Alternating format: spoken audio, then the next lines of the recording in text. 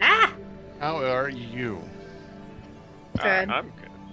Good. Hey, it's nice to finally see you in person almost, Brittany. You know what I look like. I assumed it was Brittany. I don't think we haven't talked. I saw a tiny picture, but it was not I couldn't really tell. It was like a group kind of picture or other people. So, but it's nice to actually see you moving around and things like that. You don't want to show him sexy colonial? No, I do not. How could it not be sexy? Oh no, okay. Well, we're gonna have to show you, but I don't want it. It's in my bedroom, so. Yeah, no, it was great. Before you got in here, she saw my Canada blanket and gave me crap.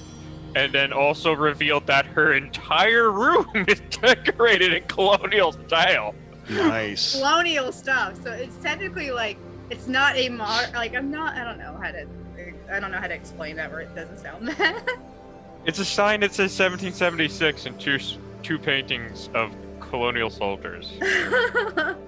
Well, one's a And I just have a fleece blanket that says Canada. Nice eagle. He's holding a bugle. He's got arrows and some olive branches. I mean, come on, that is peace and aggression all in one little put together thing. It's awesome. I was gonna be like, let me just hold this like this the whole time, and I was like, I could put it on like the. Let's confuse people because I only have old covers. I know you do. Mark was so excited because he has the original cover because I mailed it to him. Yeah. Well, he was like, now I've got a first edition. I'm like, That's no. right. And it's signed and everything. He just Yeah. I was so excited to meet a guy named Mark Justice, honestly. It's such I a get great that. name. It is very super. Thank you. I've It's had people ask so. me if that's my real name, and I just say bought and paid for. Well, here's a good story about the name. When I was in college, it must have been my junior year. I lived on one, the floor was divided into two halves. So I was on one floor side of the dorm on one edge, and at the other end there was a guy named Travis Doom. So we had the Halls of Justice and the Legions of Doom. It was just, you couldn't get any more superheroes than that. It was just awesome. That is very good. I just remember Sandy told me that you were a writer as well, and I was just like, and she said, hey, his name's Mark Justice. I'm like, I asked for his name, not his character's name. Yeah. I was like, that's clearly the main protagonist. Well, I'm going to begin. I don't have nearly the cheesy intro that I do with heavy metal horror, but it's still pretty good. I mean, you can workshop it. Yeah, it's one of those things. The last thing I want to do is have this pretentious kind of writer talk, kind of thing. I mean, it's just me after all. At the end of the day, I'm still me. I'm not going to change, So it is what it is, and that's fine with me. So, hey, this is Mark Justice, and you're back with Between the Lines. And today, kiddies, we've got a really fun special for us. We're going to talk to two writers, and it's an international podcast. So there it is. International podcasts. I want to welcome writers Brittany Williams and Jake White. Brittany and Jake, welcome to. You'll never guess what international this is. I don't know how to put that. Well, on my camera, it's backwards. So it looks like Anadak. So, yes. Really? Because my camera reads right. So. Hey, our neighbors to the north. So, without. Does that mean I should go flip the blanket back the other way now so that it reads right on the video? I'm not sure. I'm not sure how it'll come out on the video, but yes, we want to promote it. Yes, he will. He'll run off and do it. There we go. His nice fleece blanket that he bought. It is nice. It's got the Canadian, the maple leaf on it. It does have the maple. It has a cabin too. I don't know if you saw that when he flipped it up. It looks like I see like a squirrel and maybe a beaver or something. Absolutely, it's the most Canadian blanket. All you're missing is Bob and Doug McKenzie and a can of beer. Yeah, that is true. I only have water, and that's okay. No judgment here. You can have water. You're Canadian. You're allowed. You know, Oh. I'm one of those rare Mark, are you Canadians that doesn't drinking? actually drink the Canadian beer or any largest beer. contestable border in the world. I think it's good. You know, our Mhm. lovely neighbors to the north. Well, welcome, guys. Now I met Brittany. I met you through Facebook. A while back. Yeah, a while back, and we just kind of hit it off and started talking about writing. And I'm not sure exactly what context or where it was at, if it was a writers group or something, or I saw the cover of your book or something. I forget where it was at. Do you remember? I don't. I remember that I read your book and that you were still trying to finish mine. Yes, I know. But I The read cozy. your You book. read the cozy, right? You read the I cozy? did. Okay.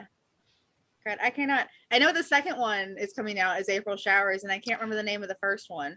I guess that But really it's made an the impact Christmas on one. you then. So I'm so sorry. I'm more excited about the second one because I haven't Oh, read the thank you. second one yet, so I'm looking Yeah. forward to it. Oh, thank you. I But it was appreciate super, that. super cute.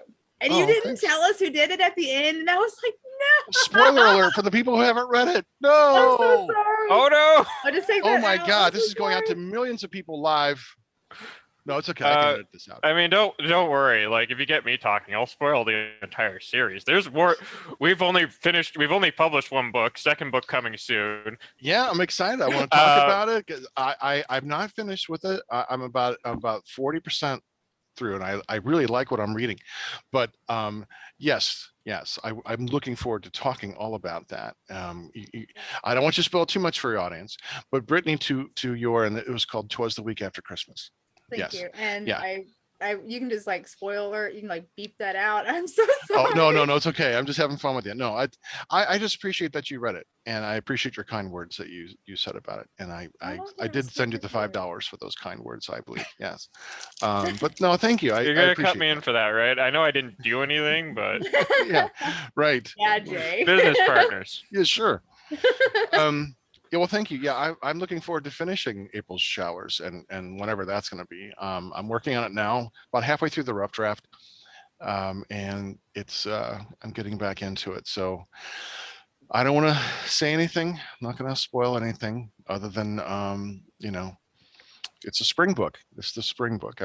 One book for each of the seasons. So that's. That means you need to hurry it up then, because I'm hoping to have it out by April or so. We'll see. That'll be nice if it is done. don't become the next George Martin. No. It's just schoolwork really. Grad classes really kicked my butt, and I was just writing so much for those, and I just I had stopped writing. I'd taken a little break from writing that draft because I was writing daily, but I was feeling like, okay, this is flat. It's not working, and so I just kind of took a break to step away. There's a couple of characters I needed to develop more, ones that were introduced in the first book, but now I want to make more of a presence in the second book. So I'm introducing more characters in every book. You get the base, you're going to still have all those characters, but I'm introducing more in the subsequent three books. So by the We're end of doing this series, something kind of similar. yeah, I think Actually, as a in series that- you have to. Oh, Yeah, Lord. No, there's so many. Honestly, I think it's kind of funny because the way we're doing it is we introduced a whole bunch of characters in book one, and then completely changed the setting for book two. Okay, well there you So go. that there will be no continuity of characters beyond the main ones. Mhm. And we And don't we go actually back. start establishing cast until book three. Spoilers, but yes, the second book is going to be set in Rome. Okay. Which I don't know if the title of the book gives that away or not. What do you think, Sandy? I think that if you put the title of the second book, which should be out for pre-order by the end of this week, hopefully, is Ghost of Rome. So I mean, kind of like that. Take that as you will. I feel like that kind of gives you a hint of where we're going to be at. A lot of a hint, since Yeah. it says that in the title. So Okay. Too bad it wasn't called like Wherever I May Roam. That kind of works. I mean, that's not a bad title. I have time, Mark. I have not. I can contact my cover artist and be like, font's easy to change. Typography on top of. I mean, we just take it into Canva. That's what I do. That's some of those books I made for myself. Spent a whole $1 on developing two of my covers on $1. Spent a little bit more than a dollar. I was fortunate enough for the other two, my pulps. I was fortunate enough to have really wonderful friends who gave their art and their time to me and did those covers for free. So I'm eternally grateful, and especially with the Gage Black, because my friend Chris Martinez did that and passed away the following or later that year of cancer. This was like one of the. He said it was like his favorite thing he'd ever done. So that's for me. That's just Yeah, it's a I've got a wonderful piece way of to him. honor him. I got a piece of him always with me, and I love that cover, and so appreciated that he was willing to do that. And then the other cover, Death's Head. This was done by the wonderful comic book artist Mike Gustovich, who did like I have that Marvel and one. DC. Oh, did I send you? Oh, yes, right. I did send you a copy of Death's Head. And my friend Sean Burris did the colors. I mean, it's just magnificent. It's glorious. And I thought it looked pretty cool. yeah, thank you. But as I have frequently told Sandy, I'm not the best judge of art. Oh no, Yeah. no! That's every how I time get out of having to provide too much aesthetic advice. Yeah, Yeah. every time I get something where it's like, "How do you think it looks?" I ask him, and he's like, "I think it looks fine." He's like, "But I'm just not talented at that," and I'm like, "Fine." So like I don't know what to say. It looks good to me, and then like I feel like I should have some insight that I don't have. So I basically we come up with like kind of a loose design, and then we hand it over. The lady who actually does it, her name is Gabriella, but she actually lives in Brazil. So Extending we the really stretched international out. scope of our podcast today. Yeah, so we Fiverr really is a stretched out. wonderful service. Oh, I shouldn't say that pre-publicity, right? Yeah, but she is so fantastic. And the second cover, which I have a copy of, I can send you a picture of it, Mark, if you want to throw it up. So I don't know how you edit. Usually, yeah. I mean, yeah. I mean, it'll be here if you have a picture of it. You know, if you want to share it or something, that's cool. I can shoot it to you later. But the second cover is designed so that when it sits on your bookshelf, that the spines have the same look to them. Nice. I am a big fan of series that like they should look alike and they should be the same size and relatively not like the same size as like the length of the book, but the same size as far as like the height. Right. Like, 6x9. That's the size you're using, right? A 6x9 book. Yeah, that's what I'm using. Yeah. I'm like, if I have that, I want the series to look the same on the shelf. I get want it. To look nice. I can't do that. That's like when I used to get so mad when I was a kid whenever they would publish things and they would only publish the hardcover first. Mm-hmm. So if I started a series and I didn't know it wasn't finished, and then you buy all the soft covers for it, and then you get to the new one and it's a hardcover, and I was like, this is so like I'm gonna have to buy two because I'm gonna have to buy. Or just wait until the softcover comes out. I cannot wait. I have issues. Oh, I see. I've got a hardcover. I've known I her do for have a a while hardcover. Now. I'm keeping track. Copy. Yeah, I did get a KDP asked me to be involved in the beta program of their hardcover,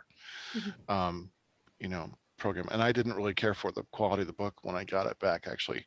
But so I'm not gonna. I probably won't. It could have been. Did you go through KDP or did you go through another printer? I actually did. I went through KDP, and it's actually really nice. It's like it's a matte cover. But I mean, other than not having a dust jacket, which is not really necessary, we're self-publishing. I mean, when you self-publish, you get kind of what you get without having to pay,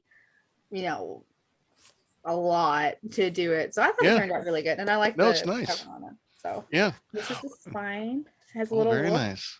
So it's like I like that. This with the two. Yeah. Oh, that's cool. Yeah, this was I think some of those bells and whistles were added after the beta program, so but no, that's cool. I mean, if you notice the difference, I mean, my covers are going to look essentially the same. The town's going to be in there, but it's going to be like this book, it's raining, like the first book it was snowing, but the town graphic will be there. And the colors of the covers will be slightly, different to kind of represent the season. So, but I like that I saw the reveal. Super pretty. Oh, thank you. Well, let's get some questions going, kids. Let's talk about broad things like maybe who were some of your favorite writers? Like as you grew up, reading, who were some of your favorite writers? You want to go first, Sandy? Sure. So it's my favorite book growing up was actually by Paul Ovalsky. I was really into like high fantasy, and I read a lot of like the Dragonlance series, like Margaret Weis and Tracy Hickman. I read the entirety of the original series, and I never did really branch off into like, there's so many other authors that wrote towards that series, like so many just offshoots of it. And I never really did get into those, but I read the main series, and then I read their other series, and I can't remember the name of it, but one of the books was called Elven Star. And their world building, even outside of the Dragonlance series, was so fantastic. And it's kind of sad actually, because like I was so into that world building, and yet the world building for our series is all pretty much done by Jake. Like if I want to do something, I ask him. I'm like, "Is this okay?" He's our main lead as far as world building, because he's just so good at like he's 3 steps ahead of me all the time. Like he has like the entire end of this thing planned out, and I'm just over here for the ride. Good. Well, world building was something I was going to ask in a couple questions, so I'm glad Look, we're gonna. I'm either really good at it or I'm awesome at bullshitting. It's one of the two. I mean, isn't that what a writer does? What it actually is. That's what writers do, right? I mean, and we're kind of bullshitters in some way, right? Mm-hmm. I mean, I know there are some writers who tend to, they want to pull from some kind of experience and try to communicate that and have that connection, in a tangible way. I think all of us invest something of ourselves, in our stories and our characters. But at the end of the day, we're telling stories. It could be based in part on what we've experienced or what we feel, but we're crafting something that's, essentially it's something out of nothing, or weaving out of air. That doesn't sound. Anyway, and I guess I should answer the question. Writers, yes. So I was definitely one of those kids, and now one of those adults. So I should say, when I was young, like I would just go to the library, take a book, I would read it all the way through, and then return it. And I would do that. I would read in class instead of actually doing schoolwork, which explains a lot about my life, honestly. And then, of course, naturally, as I got older and my ADD got worse and worse, I lost that capacity at some point. But growing up, Weiss and Hitman, unsurprisingly, also a huge fan of them. Me and Sandy on the same wavelength there. I would say, like, the biggest influences for me personally, Lovecraft, which I picked up late in high school. Much like a lot of people at this point, like, I recognize the writing's not great, but the ideas are fun. And, like, cosmic horror is something that's always really fascinated me. And you see a bit of that kind of in the first book, I think. It's so nice to talk about us that way, Jake, where you're like, the idea is there. It's gonna be. But yeah, then, like, it's hard for me to narrow down to just like a couple. And a lot of some writers like become way more influential as you grow up. But I would say I'm going to go for the weirdest pull. The one I think that probably had the biggest impact on me was actually a guy by the name of Garth Nix, I believe. And he wrote 2 book series. One was The Seven Towers, and the other was The Keys to the Kingdom. And the reason these 2 series had such a big effect on me was in the first book. And this is going to be weird. I'm going to preface this. This is kind of a weird thing. I'm relaxed. I'm ready to go. The things that stuck with me. In the first book, it was the magic system because it was very structured and systemized, and I liked that. I liked the hard magic system. I'm okay with the more free flow magic systems you get in Dragonlance, but I learned that I liked when magic had rules and all that kind of stuff while still being able to do really cool things. And then the other thing was that in the book there was a game that comes up once in the entire, I think once or twice in the whole series. It was never super important, but was like such a wonderful little bit of world building because it sticks in the game stuck in my brain for years. Even to this day, I remember like the basic idea of it was like you got monster cards and you arranged them in like the heart, mind, and body field in this game, and then like at the end you used light to create a hologram that would create a combination monster out of what you made. So again, very like these are the weird details that stick out in my brain. of like that solid world building where it was something that existed just to be cool in that world. And then he also wrote The Keys to the Kingdom, in which the main character at the end of it winds up becoming God, which I believe had a huge impact on my idea of escalating story structure. Which you do very, very well, surprisingly, because his character in our book, Brittanys Name. So we write our distinctive characters. Like Jake never writes Charlie for me, and I never write Brutus for him. So his character Brutus is, and I think that helps us with our dialogue, because you can they're distinctly different people are writing the two different dialogues for these characters. Yeah. Well, I want to stop just there for a second and let everyone know your writing team, your first book, No Bones About It. So you have two characters. It's a paranormal like mystery, and I was intrigued from the get-go by the premise of the characters. One is a psychic and one is a werewolf, and then you have this concept or the story where this skeletal apparition kind of shows up and steals this magic book, or and then they're on this mystery.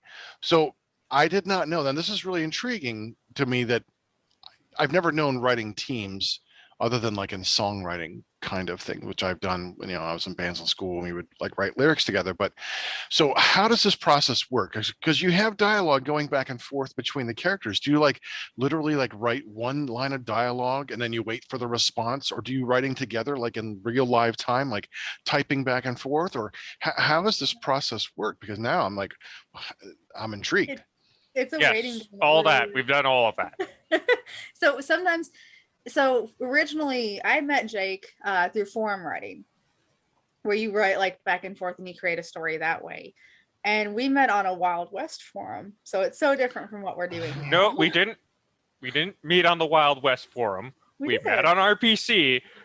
Okay. Which still weird that that's where we met, now that I know you better and knowing what RPC was.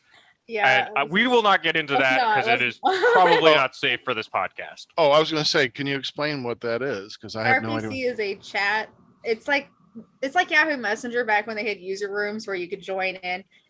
It's not. It was 80% there's some bad stuff on there. There is some smut. legit like people that are writing decent things, which is what we did. Jake said something. What was it? It was 80% what? 80% of people writing smut. Smut. Okay. Yeah. Okay. So and so you meet in this chat room and start doing this Wild Western stuff, which is that's very cool and exciting. So yeah. Okay. So it was actually trace distance. So I was on RPC for a little bit because writing and role play, you do that online. It's a wonderful thing. It's collaborative storytelling. You come in with a character and you bounce it off other people. Okay. People do it on different platforms. It's like you can do it in chats like RPC, or you can do it on forums. Mm-hmm. So it all comes down to one. That's how we both got into collaborative writing. It's very much an extension of the Fire story game, where somebody somebody gets a sentence at somebody else and carries it on. Okay. Well, it can get more in depth than that. You'll have people writing 2 or 3 paragraphs usually. Yes, that's fascinating. I mean, I grew up playing RPGs too, D&D and all everything, but I always did the world building. That's what we would get to. I mean, every dungeon master kind of did his own world building, and there was very little collaborative. I don't remember ever doing anything sharing responsibilities with someone. So the fact of writing collaboratively is a foreign concept for me.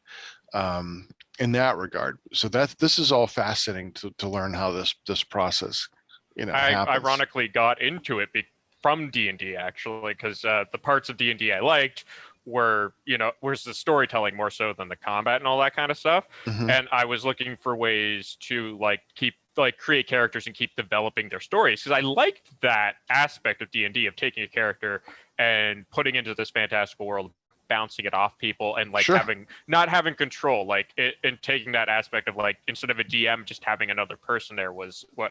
So I looked into it and found what I did, and and then much as Sandy said, like we met on basically it was very weird, and I just want to tell a story just because I always think it's funny.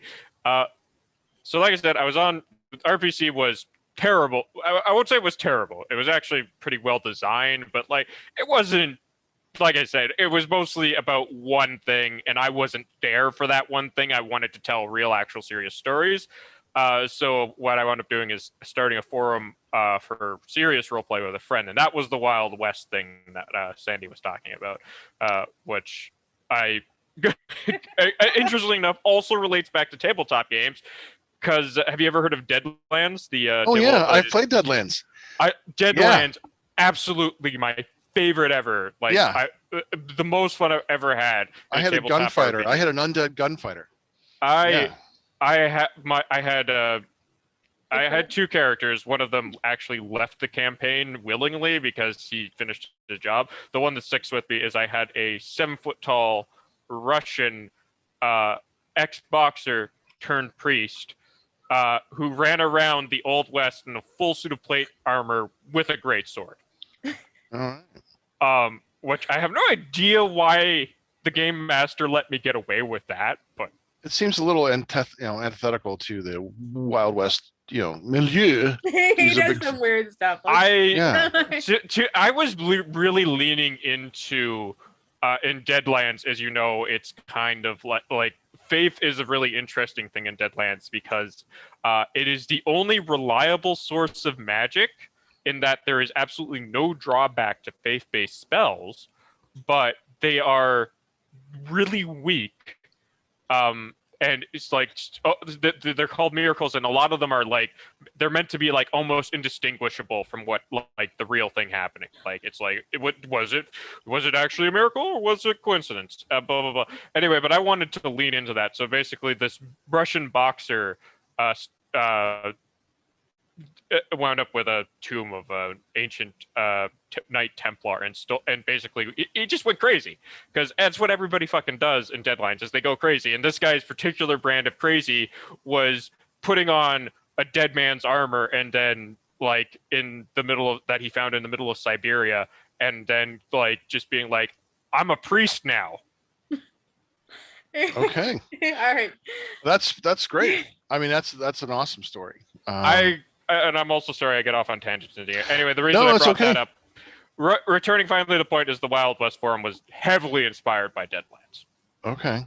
So as far as you were on point though, Mark, with the D&D comment, that's what it is. That's basically what it is. It's like when you role play in D&D and you argue back and forth in character, that's what we're doing. But instead of having a DM, one person is taking control of where you're going through their character and through leading through the experience. And Jake does a lot of that in the first book, and then the second book is we actually flip-flopped a little bit. Jake led most of the first book, and in the second book I was the one that wanted to come up with this concept of where we were going.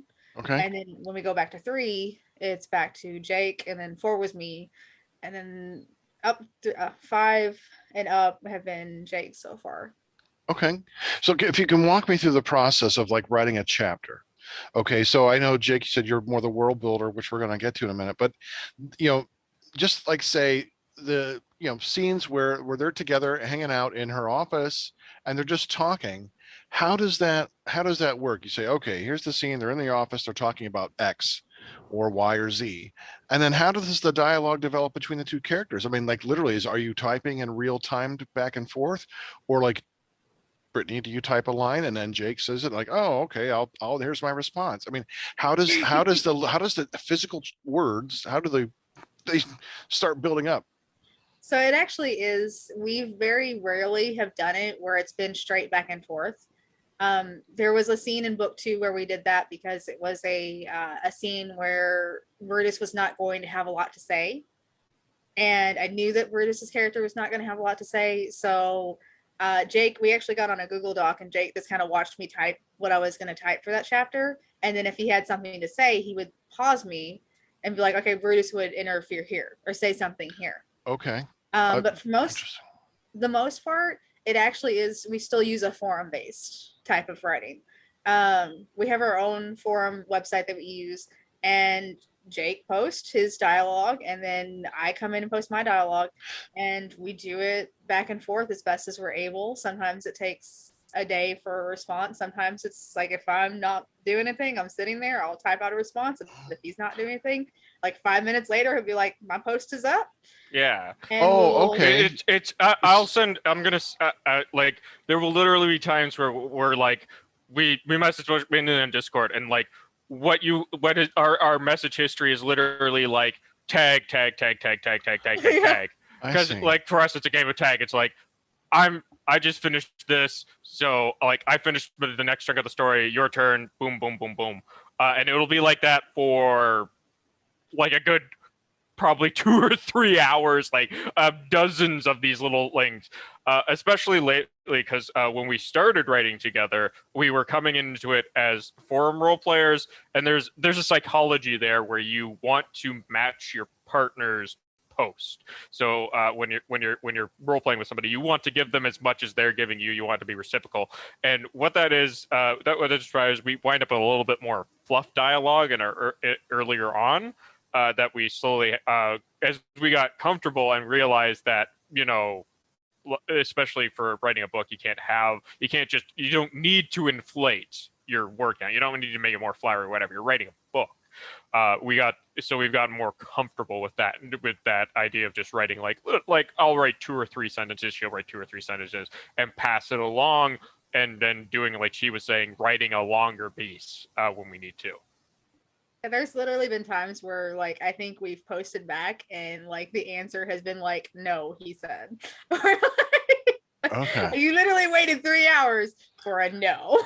Wow. Okay, this is fascinating to me, because this is a whole process that it just kind of staggers my mind a little bit, but I can see if you have the documents open, or if you have, like I said, you were going through Discord or whatever typing, you could kind of just hit at it throughout the day as you're doing other things. As long as it's open, you see the response. It's like getting a text message or something, and then you just kind of go back and forth through the day. Does that sound about accurate? And like Okay. we'll do it at work. We'll do it on our phones. If it's a really serious, like a hard something that's not practical right on a phone, we will wait. But if it's just like we're just developing a scene of dialogue doesn't need a lot of descriptors between words, so you can just kind of crack through it. Boom, boom, boom, boom. So who does most of the prose then? Between who's the narrative voice, or do you both share the narrator as well? The objective narrator. We share it. Honestly, it's kind of weird for us because so when we get done, we actually write in different tenses. We actually do. So when we got done and we realized, so Jake was the one that did it. We got done with the thing and we were looking at the thing that we'd done, like the first book, basically. We'd gotten to the point where we're at the end, and he looks at it and he looks at me. He's like, "Sandy," he's like, "we basically just wrote a book." And so my name is actually Brittany, by the way. Right. Jake calls me Sandy. That's why I was wondering. I mean, I've known you as Brittany. You kept on saying Sandy. I'm like, I know I'm missing this, but maybe it's either a pet name or a nickname or a middle name that I'm not aware of. I'm like, it's a nickname. Her online handle has the word sand in it, and she didn't tell me her name for like the first 6 months I knew her. To me, she was just Sandy. And then she's like, we got comfortable when we started writing the book, and she like invites me to the Discord, blah blah blah. I'm like, "Oh, your name's Brittany, good to know," blah blah blah blah. But I was already used to calling her Sandy, and it just leaks like it's her name to me. I get it. No, that's good. That's good. So he calls me Sandy. But anyway, so he's like, "Sandy," he's like, "I think we wrote a book." And I was like, yeah, I mean, it has a beginning, a middle, and an end. Things happened. There was it came to like a point where it was a specific ending. Like usually we just keep kind of going with whatever we're doing, and we're like, well, this is it. This is actually like a book, and it ended up being around 80,000 words or so when we got done with it. So we're like, this is book length. So we copied it into a Google document. And then that was when it got really tough because we had to sit there and be like, we write in different tenses. And sometimes who's the maniac who writes in present tense? Oh God. Me. Jake does, sorry.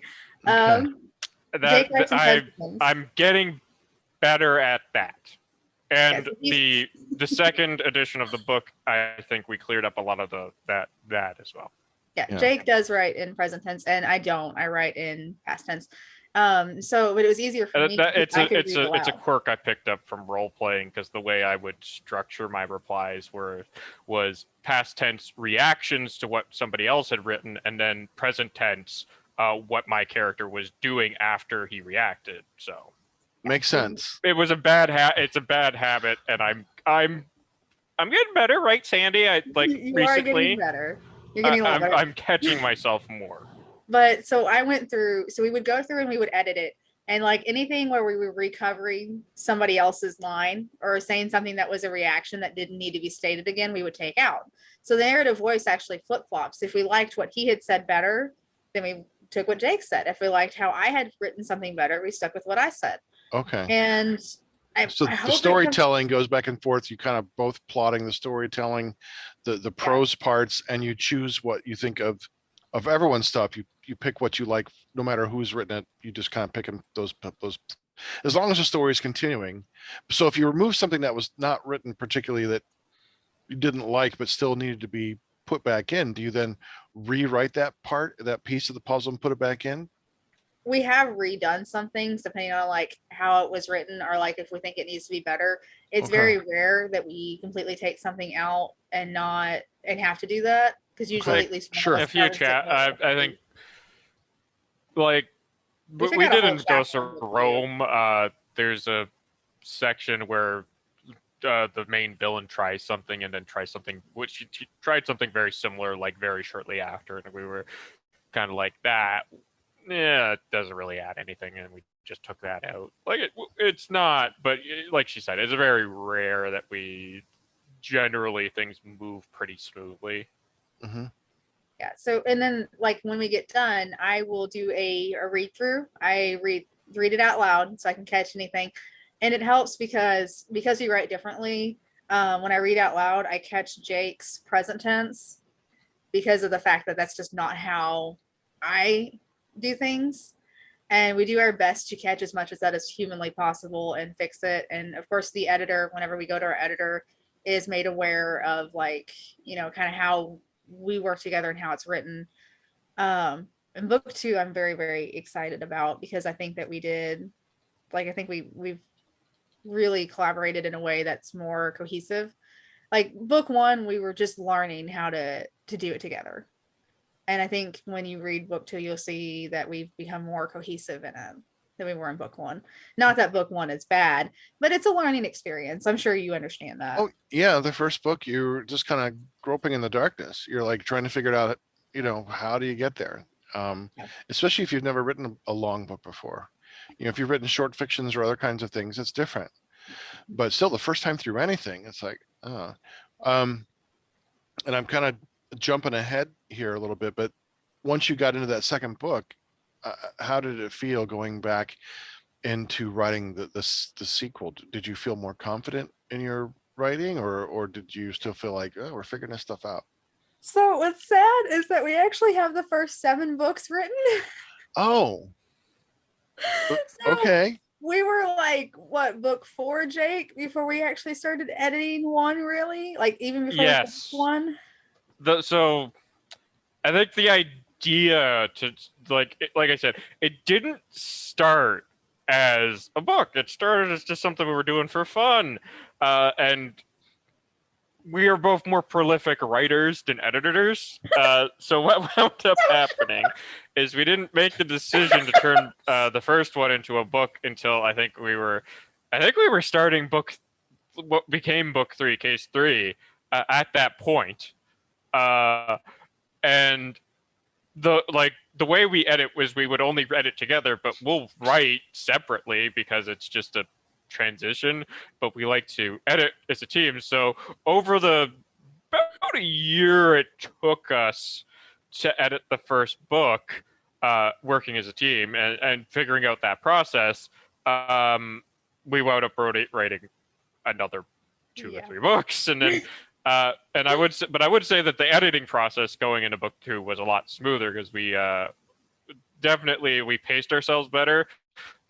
the way we were doing it the first time was burning us out. I think we didn't like it, and then we figured out that it was easier for us to do like Like a 20 or chapter a 30 week. minute chapter sessions like multiple times a week rather than what we were doing, which is like we were just setting a page goal every editing session.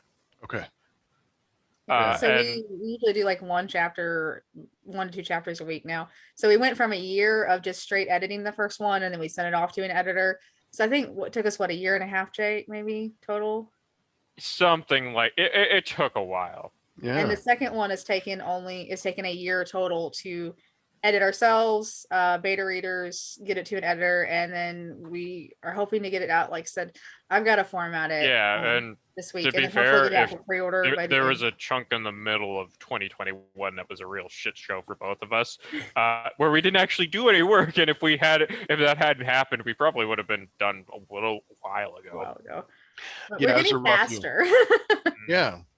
Just That's- for sequels, so we are getting a lot faster. Let's put it that way. Do you take it and then once it's out of the Google Doc, do you take it into like Word or something like that?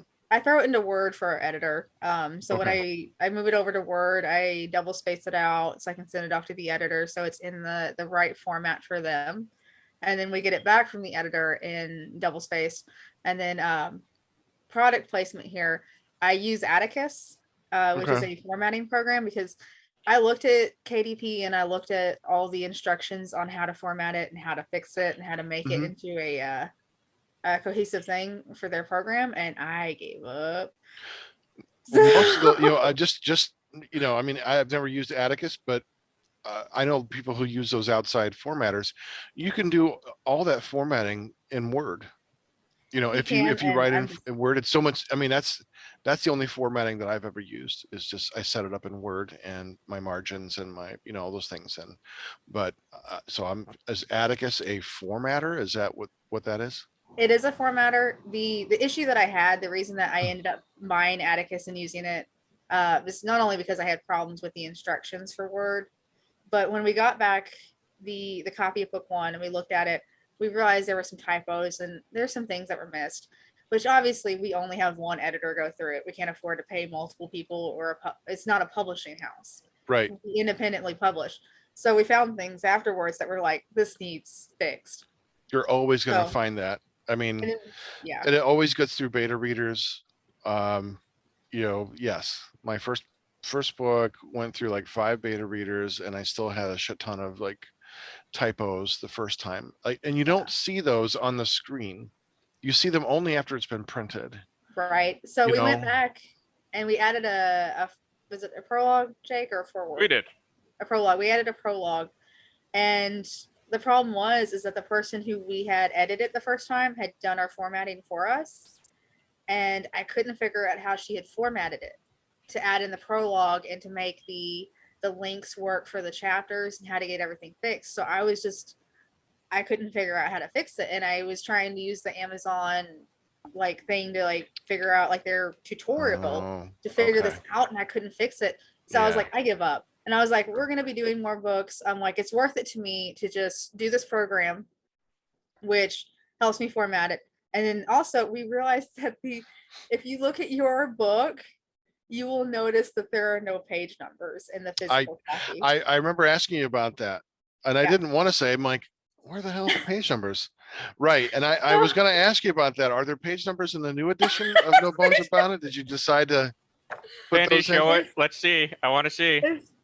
There's page numbers. Okay, good. And it's formatted correctly. Good. And that's what Atticus did for us too. So to help us format the book correctly for print. So it's fixed now. That's good. Well, if you ever want to try setting up your Word document before you go to Atticus, I'm just being a proponent of Word here as a devil's advocate. You can do all those things before you even type up your draft, and it will already format for you as you go. And most of those things will be taken care of. But so Atticus, I've never heard of that. I've heard of other helps like Bibisco and Scrivener, but I've never heard of the formatter Atticus. So that's something else to look at. That's very interesting. It's nice. I'm not that tech savvy, so I was just like, you know what? I just want to make it easy. I just want to be done. I was like, it's worth it to me. And I'm sure, like, if I had originally formatted it and done it with Word, I would have done the second one that way too. But I was just to the point, I was just done. So I was like, you know what? I'm just gonna get this program, get it out of the way, Sure. get it done. You got to do what works for you, and just because one thing works for one writer doesn't mean it works for another. And I, from my own experience, I've learned to try to, if I can get it into the best shape it possibly can be in the rough draft, then it's less. I kind of know what it looks like going in. I can fix the formatting as I go. And so, but everyone's different. That's kind of one reason why I'm doing the show, because I like finding out what everyone's writing process is and why they're doing what they're doing. Because everyone that I know so far, there's only one person I know who's like got a real publishing house behind them. We're all self-published, indie publishers, indie writers, and so I think it's fascinating.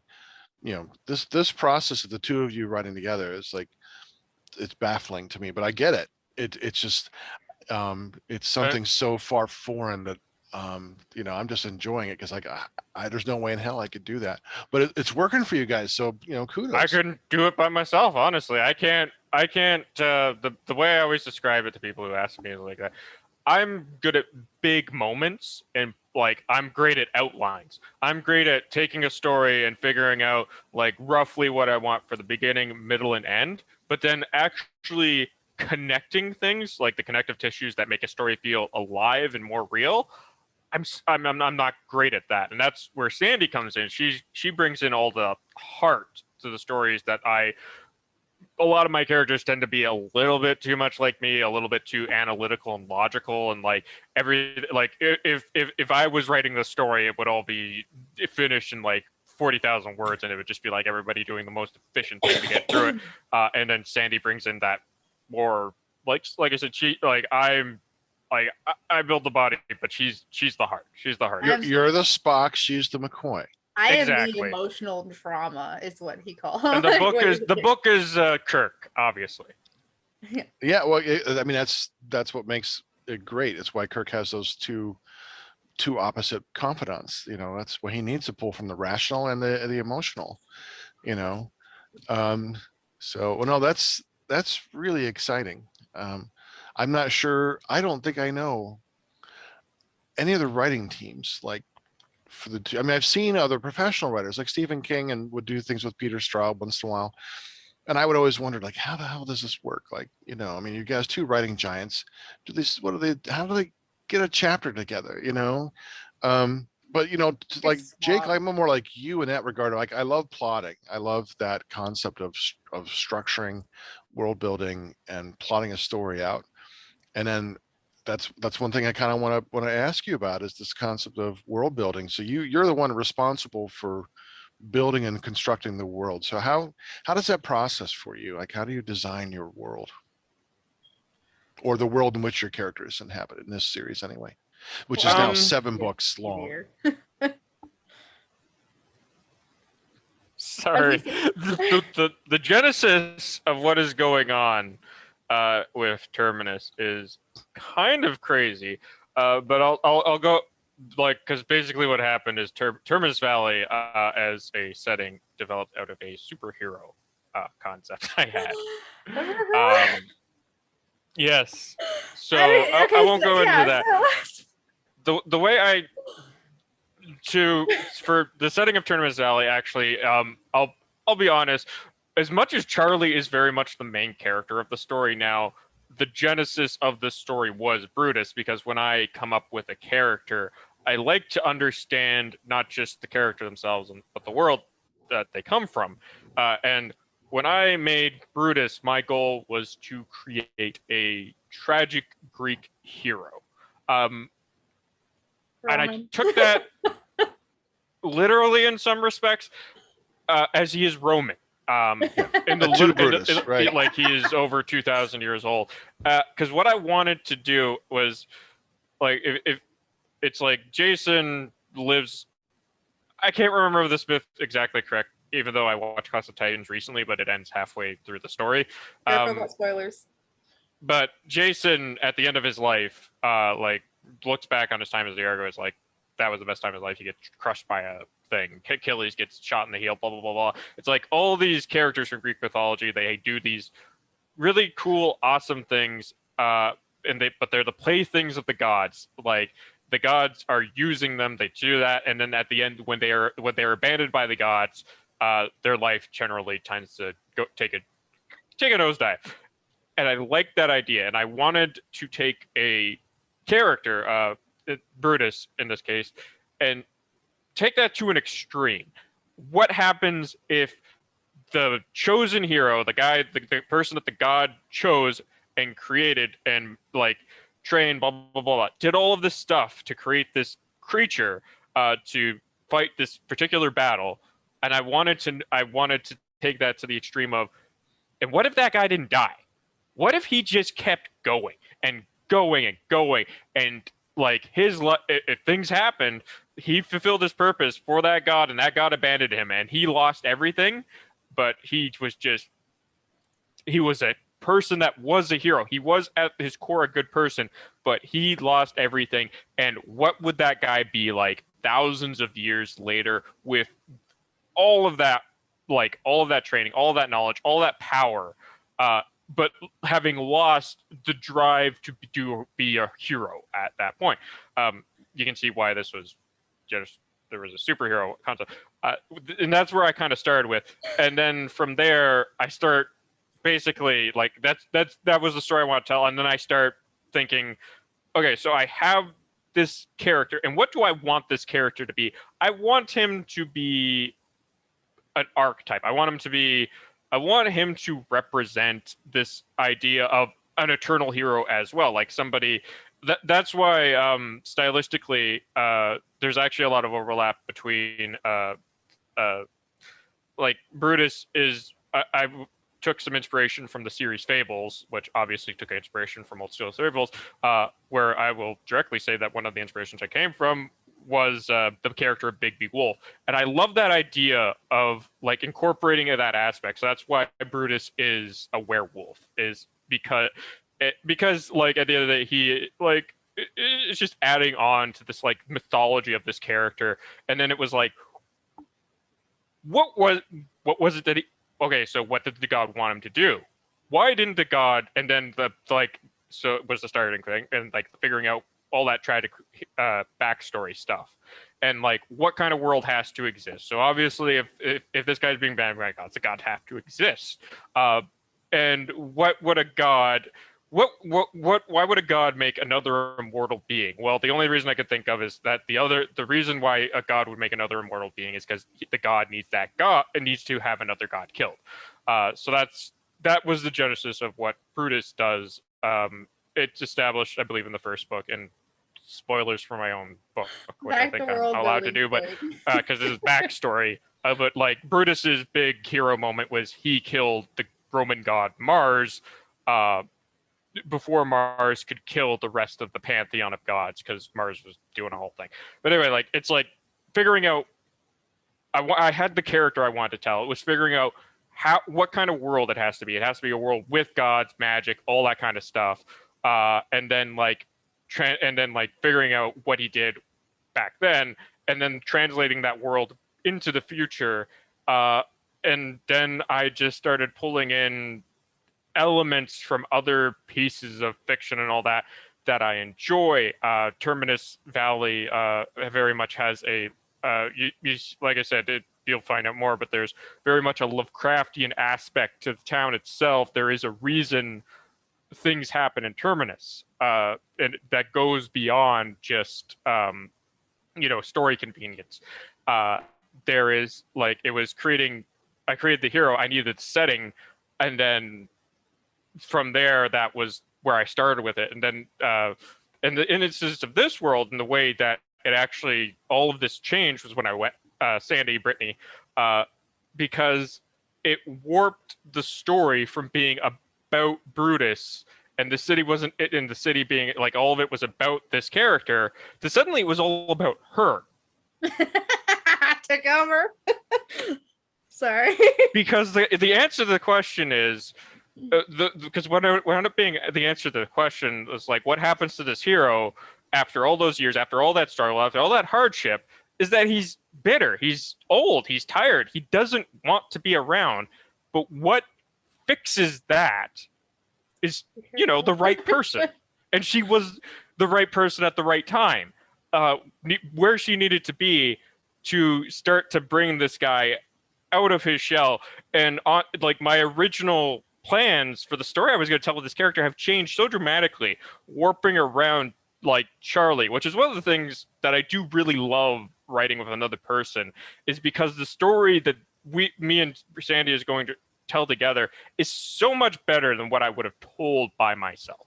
Because, like, it's having one guy save the world, blah, blah, blah, all that, that's been done. That's 100 times before. But, like, this is going to be something different. It's going to be, like, the ending isn't going to be what I originally pictured, and I love that.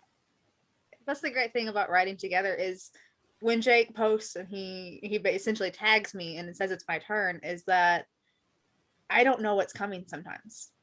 Like when we originally wrote this, it wasn't meant to be a book. It was just kind of like ping-ponging back and forth. And so Charlie didn't know because I didn't know. Like I didn't know what was coming. And half the time I don't really have him tell me like what plot lines he's creating. And then like in book 2, I didn't really tell him where I was going with it. I just did it. And because I was running the show at that point in time. So it's the great thing. It makes it exciting to write back and forth like that, because you sit there and you don't know what's going to happen sometimes. Like, I don't know what Brutus is going to say. He's not my character. I don't control it at all. Jake just pops back with whatever. And I'm like, man, now I got to respond to this in his character. And I just want to say one last thing, just because Sorry. I did realize I had one last thing. I know I talked a lot. The other thing I also ask myself a lot with world building, and this is the reason I'm bringing this up, because I think this is actual concrete advice for people that are looking into world building. I call it you get one. And what that means is that when somebody's reading a scene or watching a movie, and they will notice something, some incongruity, inconsistency about the world, and they will question that, and you have to look through your book, and you can have one of those instances that's not addressed, and people will overlook it. But anything more than that, it's bad. And you have to go through your book, and you have to find instances of that kind of incongruity, that like moment of breaking verisimilitude, that moment that takes you out of the scene and breaks, what's the word I'm looking for, Sandy? Breaks your immersion. With foreshadowing a lot. Yeah. It's like you got to find those moments that can break immersion, that make the world seem unbelievable, and you have to have an answer for them. And it doesn't have to be a good answer. It has to be it can be tachyons, it can be magic, it can be whatever. But the answer has to be consistent within the world. The world, it just has to make sense, and it has to be a closed system. Yeah, and it, like I said, you have to, when you're looking at the story, you have to find, like I said, people will ask one question. If there's something obvious, they will ask a question, and you have to provide an answer, and it doesn't have to make sense. It just has to make sense for the world. Right. And that is my most solid, concrete of world building advice. That is one of the main things I do. Is people will question the reason and the reason why things are the way they are. So answer those questions. So like, why can't everybody use magic? Well, because not everybody has the spark of magic. That's the great thing about urban fantasy too, is that it's so much set. It's urban fantasy. It's meant to be set in a currently modern setting where you are just infusing magic into what it is. And Terminus is like if you look at the Marvel and like the DC universes, DC is basing like these cities that don't exist and things like that. But it's clearly like Metropolis is kind of clearly like Springfield. So Terminus is kind of like, I would say like a mix of New York, but it's more on the Gotham would be the DC. Like Gotham is a good way of putting it. It is that urban fantasy where it's like Gotham or it's like New York. It's that gritty big city, but it's based in a more like Seattle area where it's wetter. So, and that's a great, like it's very vague as well. Yeah, very big. But the funny thing is like we were talking and we both described like all the things we read growing up. It was all like high fantasy. It was all like medieval or like completely different from what we're doing now. And it's funny because he talks about it was a superhero forum. It was literally the way this got started was superheroes. And I did not really want to write a superhero. I didn't know how to do it. I didn't know where to take that. And so I ended up being like, you know what? There's got to be some lesser people in there that are just kind of scooting along, doing whatever, but are still talented in a way. So that's how Charlie came about. I designed Charlie as a character, and you see this pretty early on about how she learns the world through touch, basically. And it's in the first few chapters, so I don't feel bad talking about it and explaining it a little bit more. Right. That's a connection. That's how the kind of psychic energy is enacted. Is that she can pick up on things that way, or just even in a room that like an aura or an echo or something left over. She's able to kind of sense that.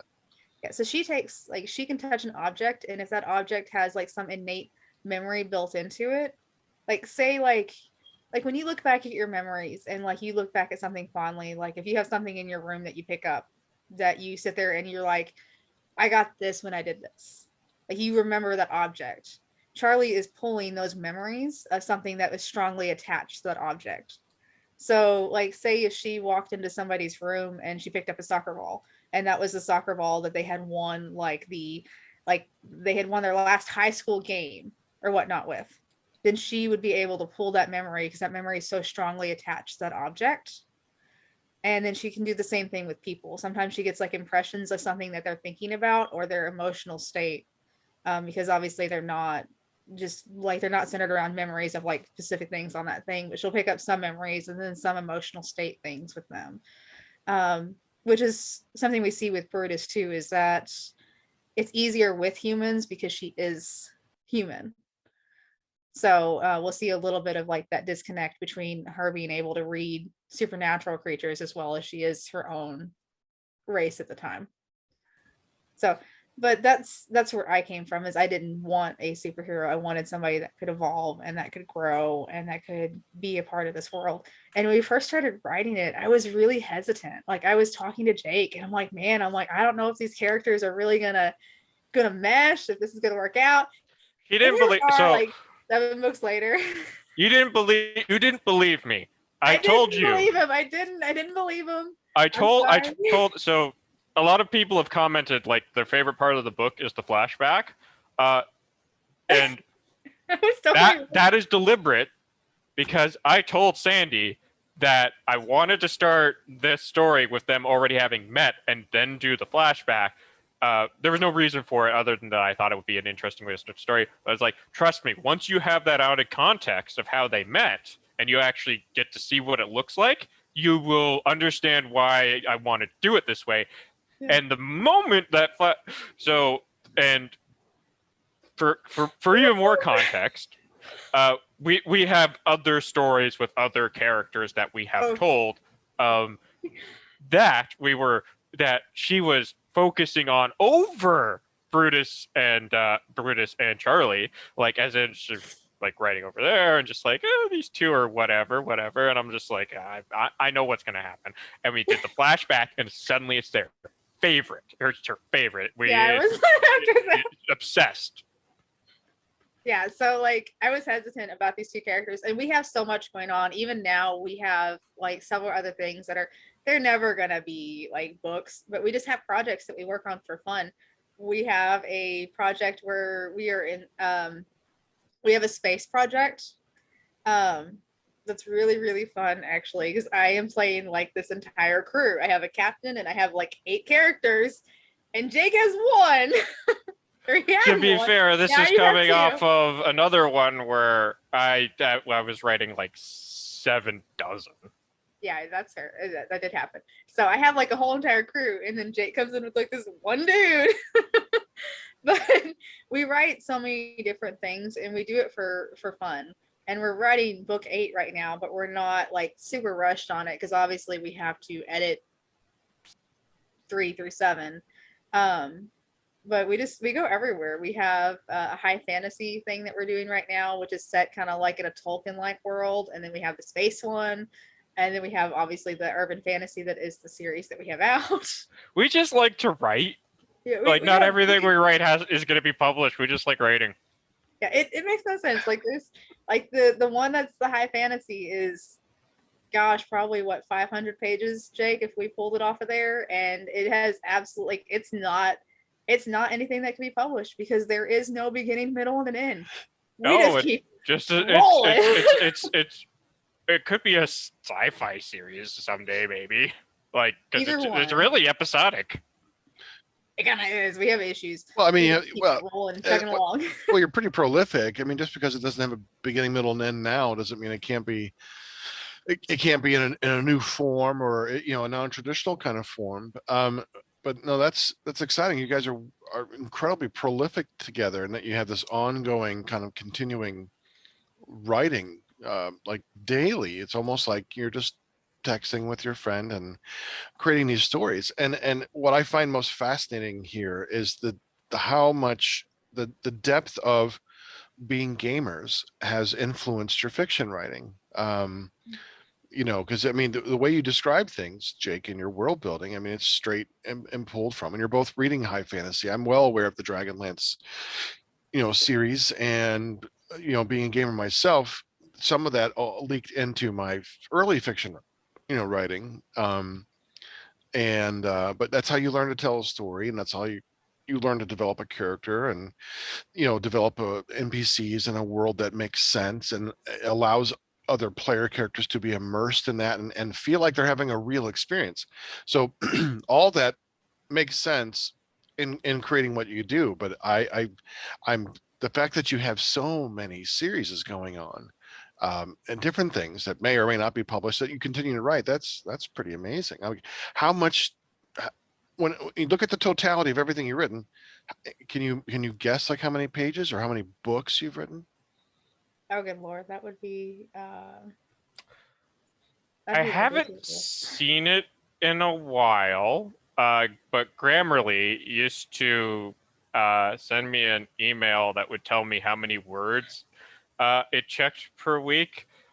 And I have, again, I don't know why, but I stopped receiving it. So I don't know what the last time I got it was about a year ago, maybe two. It was at 8 million words lifetime. It's real sad. We have so many series. That's like 4,000 pages. It's probably ridiculously long. It's the problem is like we had so many series. Like we started off in doing Wild West stuff, and then we moved to superheroes, and then we moved to a. Have you ever played Assassin's Creed? Mm. Okay, so Assassin's Creed is basically. Oh no, Assassin's Creed. Yeah, it's the video game series, the franchise, so right? It's based off the thing of like not reincarnations, but ancestry and the memories of the ancestors thing. So we did a forum that was kind of set up like that, where people were reincarnations, and we did like different things with that. And we did one of my favorites that was never really set up in a way that we could use as a book was I actually played a djinn, which is a genie, and Jake played this cowboy. And it was just absolutely fantastic. We just clicked right away on that one. And the thing behind it was the djinn was, attached to this lamp, couldn't be freed from the lamp. And his cowboy didn't want to use any wishes or anything. And he found this lamp, which was great for the cowboy, actually, because the lamp was cursed, where if a man made a wish, it would take that wish and just make it horrible. Like they wouldn't get what they wanted. But if a woman did it, the woman's wishes would turn out great. So the cowboy refusing to use his wishes was actually perfect because it was not going to turn out great for him anyways. But I had a caveat with that is if the wish was selfless. So like if a man did make a wish and it was selfless, then he could have that wish granted. Like without any kind of strings attached or anything like that. Mm-hmm, and the reason for that was because of the reason the djinn was in the lamp to begin with, was because of an issue with a man. So the cowboy just sits there, sitting at this fire, just having a conversation with her. She's just enjoying being out of the lamp for a little bit. And he says, "I wish I could help you." And she looks at him and she's like, "Take it back." Well, I think the funny thing is the first thing he wished for was he wished, because it wasn't quite that. It was, I wish you were free, which he said he couldn't wish for. So then his follow-up, was, I wish I could help anyway. Yeah. So then they get the only way for him to help was actually to go back to a time where if this ever does turn into a book, if we ever decide to transport it, I don't want to tell you too much. Because this would be like the first chapter you would see this happen in. They got transported back to a period of time, which was actually during the Crusades. Because they needed something from this period of time that was very, very specific, and it was the last place they were going to be able to find it and confront the original reason for her being in the lamp. So they got transported back. The cowboy understood nothing about like what was going on, and the Djinn was very knowledgeable because she lived through this time period. Now, did he have guns? He did, he but he only had 6 bullets. Only 6. So it didn't have a gun belt with like, or a bandolero? He left it. He'd taken it off for the evening while they were talking. How convenient. So I didn't. I didn't want it to be too simple because, like, him being able to kill, like, if he had enough to just keep using the gun. Yeah, it's one of those things where you're gonna run out. But yeah, like, if I gave him the gun belt, then I would not have to keep track of the bullets, and that's just not because they might. Well, you know, because I'm trying to think. They wouldn't have used gunpowder in the Crusades, not the European armies. So he had to learn how to use a sword. Yeah, I was going to say they're probably thinking he has some kind of crazy technology, or that he himself has some kind of magical weapon or something. That's interesting. What was? Sorry. No. I was just going to say, I'm going to make one request from you both. Start putting these damn books out, these stories. Like, seriously. Like, this is so fascinating. I'm like, why are you sitting on your butts with all these great stories? You got KDP. You can go to Canva, make yourself a cover, start putting these stories out. Because I'm like, that's entertaining. I want to read that story. I want to read the space stuff. It's like you guys are so prolific, and you're trickling out like a book like every couple of years. Like, come on, come on. The issue is we're so bad at the writing is so bad at some of these that we like as good as bad. Yeah. Okay. So like, it's in raw. You're writing for fun. You're having fun. Yeah.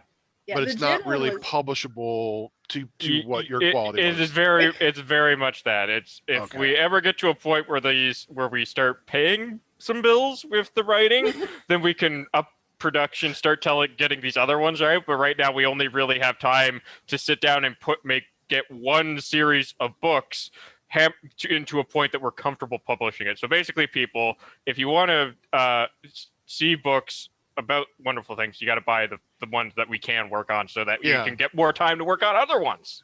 Which is great.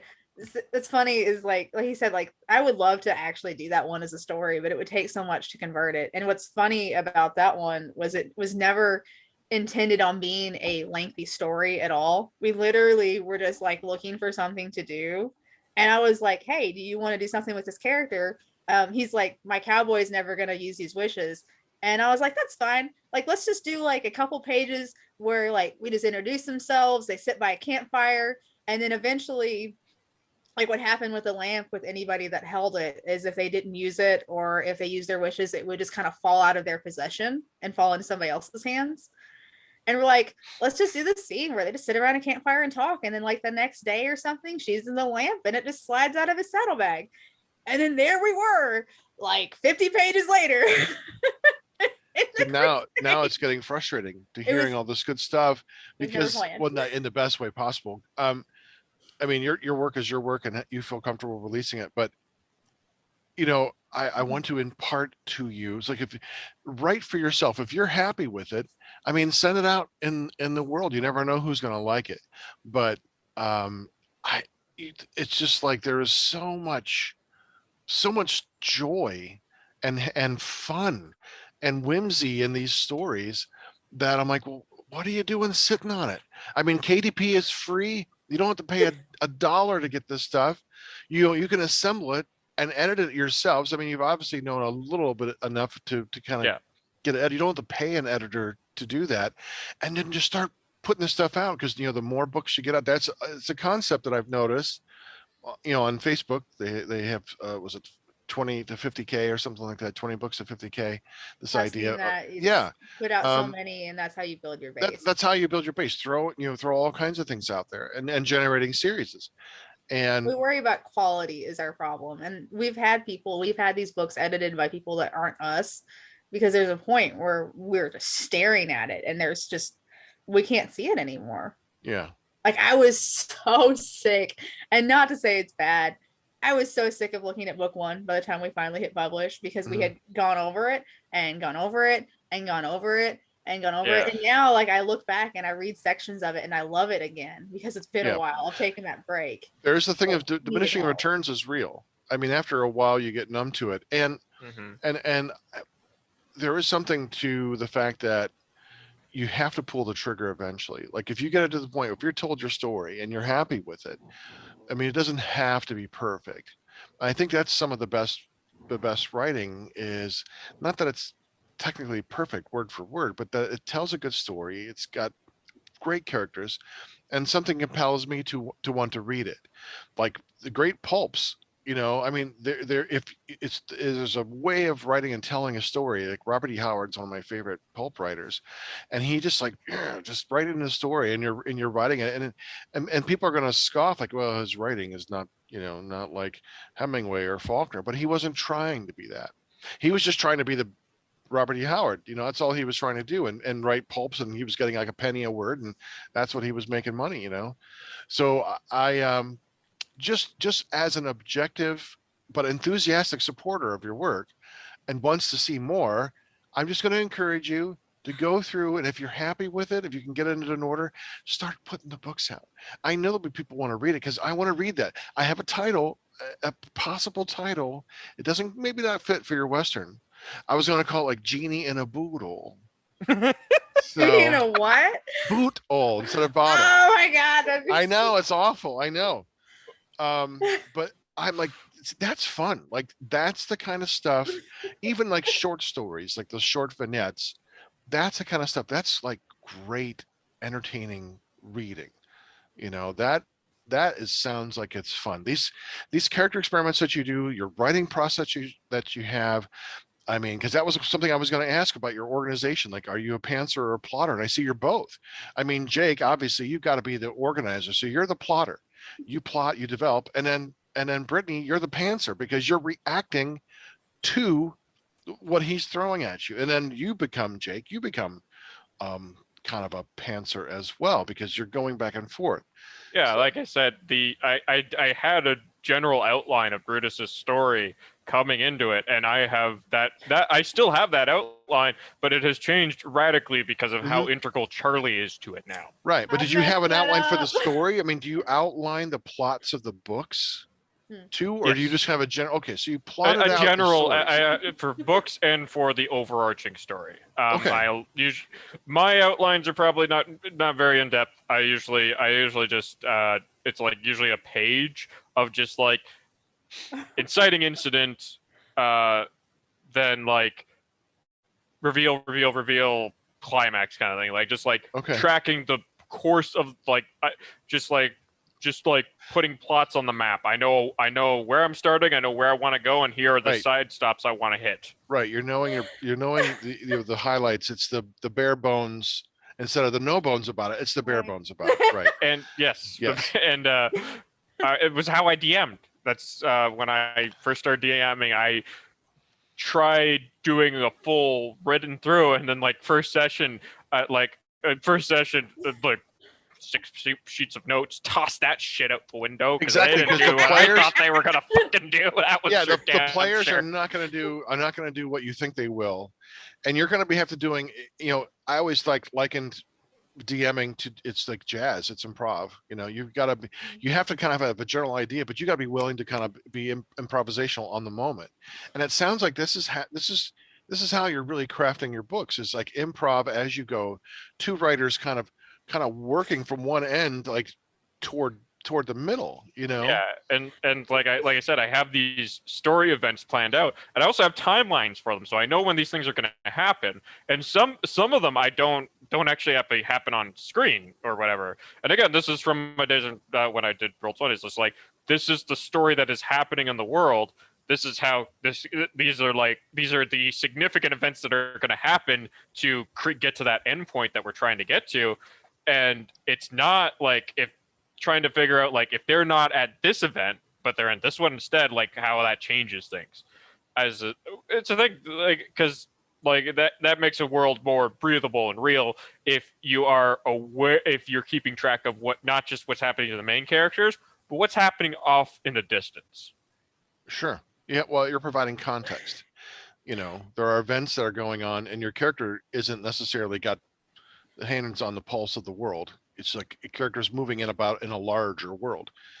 You know, it reminds you of a movie. There's a World War II movie. I forget what it's called. It's a fascinating movie, really good. It takes place toward the end of World War II, and it's between a Russian and a German. They're like two snipers who are dead set at trying to kill one another. So this cat and mouse game between these two snipers is very intense. But it's taking place in the greater context of this huge conflict. But the hyper focus is on these two individuals. And so I kind of get that, Jake. I kind of get that. Your characters have to live in a larger bowl, but your story can't tell about the entire bowl, but you have to be cognizant of it so that your characters move around in a place that feels real for the reader. Yeah. He's so great at that. That is something that I try to carry into everything I write. Because it's better that way. I guess I don't know. No, like I said, it all just came from storytelling, from Dungeons and Dragons and tabletops. Like you said, it's all just such huge inspiration from that. I want to be in your campaign, man. I want you to be my DM sometime. I want to play a character in your campaign because it's going to be a hell of a good time. He is so great. It's been so long. So great. Yeah, I mean, we'll do it online. Problem is, see, Jake does all this world building and all this planning and stuff, and the reason some of our other stuff is unusable is because I'm the lead, and Brittany likes. But she doesn't know what to do next. It's like, we'll do scenes like it's like this is them having dinner for the dinner and then watching a movie. It gets a little silly. Like we've literally just been like they're just going about their day, and like his character is in the gardening. It does nothing to the story because I don't know where I'm going and I'm leading it. So we're just kind of like it's so mundane sometimes. Like we literally talk about them just like walking along the promenade and like doing nothing because Jake's over here like I have this timeline. We're doing this and we're doing this, and I'm over here like space world. Huh. Radically different approaches to storytelling. Yeah, no, that it works out is astonishing. But the worst example of my over preparedness sometimes, and I only thought about it because you mentioned that the last D&D campaign I tried to run, I wrote I thought it was 20,000. I think it's only 10,000. Because I checked it recently, and it turned out a huge chunk of information didn't get saved, which pissed me off. But the last D&D campaign, it was 10,000. It was 10,000 words. It was a traveler's guide to the campaign setting. Yep. Like literally, like here's all the major nations. Here's all the here's all the world lore. Here's 2,000 years worth of history. Right. I've done the same thing, and one of my friends had a book.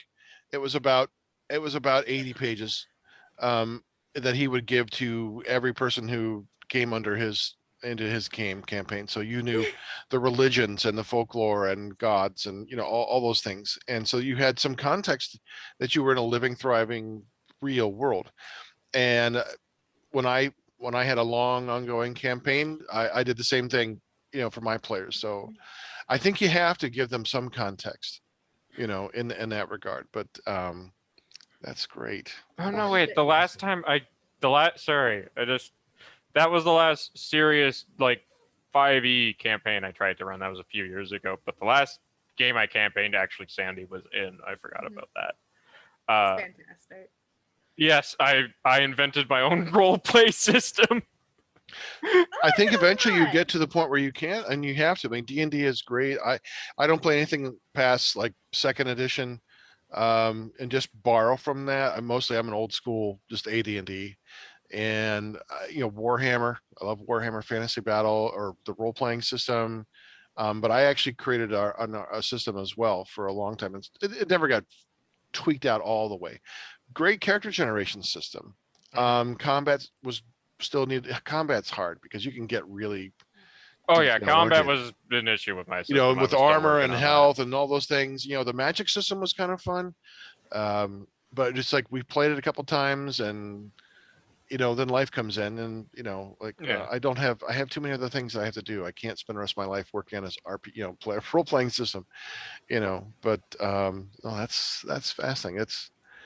Everything makes so much sense now in this context of how this all works, because you're really approaching the whole series. You're planning out a RPG world and a storyline. Pretty much. And it's a new world of darkness. It's not far off. Yeah, and Brittany's the player character. Speaking of planning, like I said, Jake's lucky; he gets a lot of things. And Jay can tell you the most annoying thing that I do is whenever I start a new character on a forum, I don't do something, and it pisses him off sometimes when I just leave it blank. And he knows exactly what it is. You can tell by his expression. You want to say it? So we can attach pictures to characters. And she doesn't do it. I don't do it. I literally went until I harass her to do it. Our forum she knows I hate it. There's 30 posts per page, and I think we were literally like 30 pages into this, and I still didn't have a picture up. And he's like, "You just put a picture of a ship, Sandy. Just put a picture of something." And she put up a picture of a fucking ship. I've got 8 characters. I don't know what you want from me. I'm like, you're lucky that the characters are even planned out. You've got 1 character and 7 NPCs. Do what I want. Well, it's so bad. He's just over here like, I have this entire backstory. So his character is so well planned. And I'm just over there like, I did like 3 words per character to describe their personality. I was like, this is their personality. That's it. And then I've got 7 people that I'm trying to run and like give motivation to and everything. And I have like a general idea. And then I was like, I'm going to make one of them Scottish. Why? I don't know. But the engineer is Scottish. And I sit there and I struggle every time I have to do a conversation with him. I'm like, why? Why did I do this? Because this accent is killing me. I forget to do it. So yeah, okay. my planning is not there. I react though to Jake. It's fine. Right, you're good. She reacts really well. Well, it makes sense. I understand this concept, and applying it to fiction is kind of fascinating. But let me take a step back and ask you, like, what are your goals or ambitions, or like your writer fantasy? Like, if you had to kind of codify it or say it, what would your ultimate fantasy be as writers? Well, that's a Jake. Jake can answer that for himself. I think we're both on the same page on this one. We would like to sell enough copies to have this move a couple of books. Like, obviously, like ultimate fantasy, pie in the sky, Netflix deal and all that bullshit. Like obviously we'd love to be uber successful, but I think we're both on the same page where the only thing we really want is like, we want to sell enough books to make, enough money to pay a bill or two, and then and just like, have a small fan base and just write stuff we enjoy, write stuff we love, put it out there, have other people enjoy it as well. That's all. That's our real ultimate fantasy, I would say. It's like, if we can if we can tell a story people enjoy and meet these people and like talk about it and just like have people read and love the characters as much as we do, that would be enough for us. Like, That's even if it really was only cool. 100 people or whatever, I don't know. What do you think? We write because we enjoy it, but like when you sit there and like I don't need to be super famous. I don't care if we ever get to the point where we ever traditionally publish or anything like that. But it's nice when you have somebody come back and just be like, "Hey, I enjoyed this." It doesn't have to be like I enjoyed it to the point where it was so thought provoking that I'm, like really pushing it out there. But just like I enjoyed it because we're not professionals. We have jobs and lives. This is not what consumes I mean, it does consume a lot of our waking moments, but Well, I would think you've done 4,000 pages, so yes, it would be well, the fact that it's like ongoing and that that's kind of great. But I'm sorry, I spoke over you. Go ahead. you're good. It's a growing thing, and it's something like I said, when we get feedback, when somebody comes back and it's very rare, and it's very rare for people to actually leave a written review. But when someone leaves a written review and they're like, I liked this, I'm like, that's really what we're going for. And if you don't like it, that's fine. Not everything is Right. everybody's cup of tea. Yeah. I've been there, done that. I've started books that I didn't finish. I've started. Yeah, I don't like I've first forced books either myself to anymore. finish. Yeah, I've better beta. I've read for other authors before they published, and there's been some times where like I'm in the middle of it, and I'm like, man, this is just not really for me. And then I have to objectively sit back and be like, is the writing good? Is the storytelling? Is it going in a direction where it's going to have a satisfying end? And I come back to them and I'm like, it wasn't generally my genre. It's not my favorite thing ever, like as far as like the genre goes. But I give them feedback based on the writing was good, or I saw this word like 100 times. I saw this word a lot. You might think about taking out this word so that it's not constantly showing up. Because like when I go back and I read our writing, one of the things I noticed in book 2, and that I will be fixing, is that we say therefore a lot. And I'm like, man, if you notice, No one uses therefore, right? In real life. Yeah, it was not like in dialogue. It was like as a lead in to things. Oh, I see. But I'm like, it's just we used it a lot. And I'm like, if you realize that you're using something a lot, you got to go back in and be like, dude, we got to fix this. Yeah. So I once got a 3-star review on Goodreads, and the review was too many F-bombs. So I get it. So, it happens, but it's just we want people to enjoy it. And like I said, I am on Facebook a lot, and I do kind of like. Yeah, she is really poor on the advertising. Are you on there, Jake, as well? No, I don't do nearly as much as I should. I am on Facebook in the sense that I have a Facebook account. I bid on it. Yeah, he's not on the writing groups that I'm on, where I'm just right. like slamming this thing. I think you guys could get also onto the gaming pages and platforms too. I mean, so much of this book and series and your writing style is based and rooted in your gaming. It would seem like a logical thing to connect with other people, but that's kind of exciting though, in a way. But speaking of that, by the way, the reason that the cover changed and like you say, like where you're advertising and where you're putting your money towards is it's an urban fantasy. It really is. It's first and foremost, the world is urban fantasy, but we realize that you have to market towards what your book is about after that. Like, yeah, it's urban fantasy, and that's what the first cover reflects. Is Jake, you have a cover there, don't you? Yeah. I like your first cover. I mean, I thought it was really cool.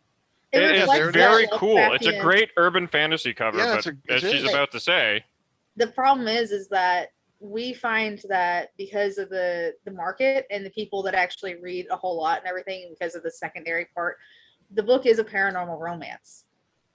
And to sell paranormal romance, you have to have a cover that leans towards women and being more feminine, and having a, Jake, if you don't mind putting it up there again, having a skeletal hand on the cover doesn't really sell. Better for if our book was more horror focused, this would be a better cover, but our book is really more, it's about the relationship between the two characters. Right. There are horror themes in it. Yeah. The focus is not on the horror. The focus is on these two people and their relationship, and it's a secondary thing to that. And you'll see that in Yep. book 2 that we start off, and it starts off, and we've heard from our beta readers and stuff. They're talking about it. They're like, there's a lot of relationship stuff up front. And I'm like, it's about these characters. Yeah, the world building is there. Yes, there is a underlying conflict. There's always going to be an underlying conflict in every book. Well, there's a mystery. Also, that's a thing to get them going. That's the catalyst. But it's really the relationship, right? It's CW is the Flash. Right. Well, it's like if you ever watched the Thin Man movies with Myrna Loy and William Powell. The relationship between these two characters, if you've not, you check them out. They're brilliant. Especially the first one. But it's a mystery, but it's really what sells it is the relationship, the banter between the husband and wife and their relationship. That's what makes this, and it's a comedy, entrenched in a mystery. And I see a lot of immediately in that first chapter of No Bounds About It, you get that sense of, oh, this is a relationship. These two characters have this relationship, and it unfolds as the story goes. And now that there's 7 books, so this is intriguing as where this is going to go. Yeah, the first 7 books, as you said, the first 7 books. Yeah. We focus on there will be more than 7 by the end. We're already working on book 8. But just to your point, what you're saying there is just that was a choice. A lot like one of the comments I got from my brother of all people was that he thought the romance was a little bit rushed, and I think I will say that was a deliberate choice on my part, because I think that I think that the strength of this story, of our story, is the relationship between these two characters. And if you don't like these two characters, you're not going to like the book. But if you do like them, then that's what's going to carry it through. And the reason why they get together so early is because the focus is on the relationship, and these two characters don't need a will they, won't they. It was obvious to, like, one of them's 2,000 years old. He doesn't have time to brood about whether or not he wants this person. He is... He's had all of the time. He's had but ample he was time done for waiting. other relationships. He's like, he kind of knows his way around the whole thing. Yeah, like, he's not going to sit there and feel insecure about it like some people would. Right. He's gonna go for it. Because these humans are going to be passing away. He's like, I'm going to keep on going.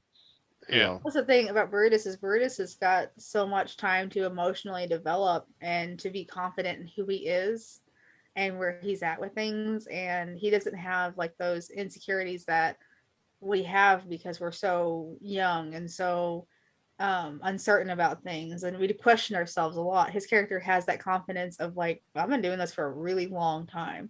And Charlie starts off, and I don't think we ever say an age in there, but the time that I wrote it, I was 28, I believe. I was like 27 or 28, and that's how I envisioned this character, was at the age I was at. I'm like, I don't want to write somebody who's younger, because I don't want somebody who's really immature, who's not there yet. And I don't want to write somebody who's older, because I'm not there yet. Like, I don't want to write a character that's, 40 or 50, because I don't have that experience. I'm not there yet. I wrote her at the age I was at. And literally, she is growing in her age as I am also getting to those ages. You're doing what, the very first thing you're going to be taught in any creative writing class: write what you know. Those 4 words, and that's, well, you're being honest. I mean, you can't. You can imagine it, but it's never the same as living it.